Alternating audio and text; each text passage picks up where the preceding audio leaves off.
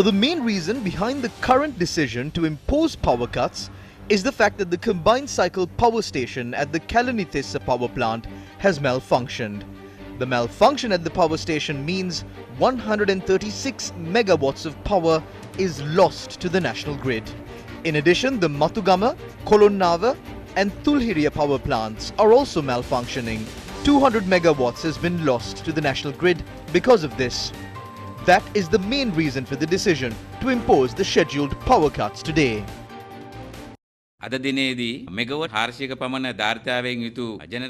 Several 400 megawatt generating power plants are shut down as they have run out of fuel. Fuel at the West Coast power plant is set to run out at 7 p.m. The national grid will be short of around 600 megawatts tonight. Therefore, we have no choice but to impose power cuts in the country. Accordingly, 1 hour power cuts were imposed between 2:30 p.m. and 6:30 p.m. today under 4 separate groups. In addition, 45-minute power cuts will be imposed between 6:30 p.m. and 10:30 p.m. as well. I don't think we will face a massive issue during the weekend. The maximum requirement today is 2,650. We did not expect this. We were hoping that the public would support us by using power sparingly after requests we made. Statistics show that the power usage has, however, not been reduced.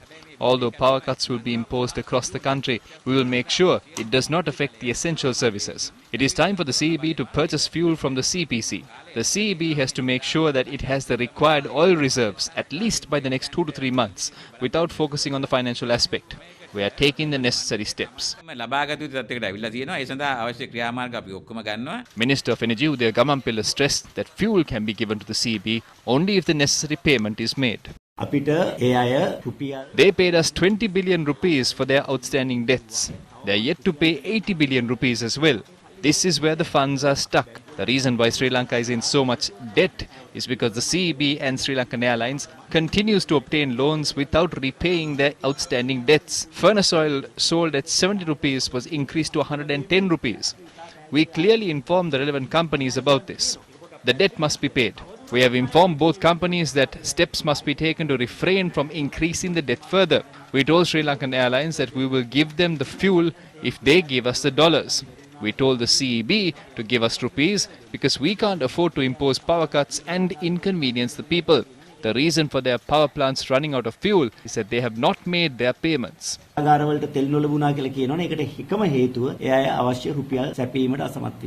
CEB also discussed the possibility of purchasing fuel from the LIOC.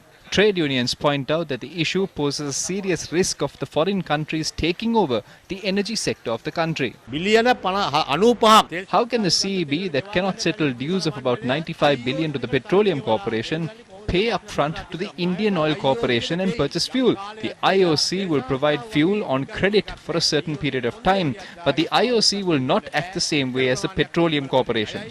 They will impose a condition saying that they cannot give fuel after a certain point. Then they will demand the thermal power plants of the CEB be handed over instead.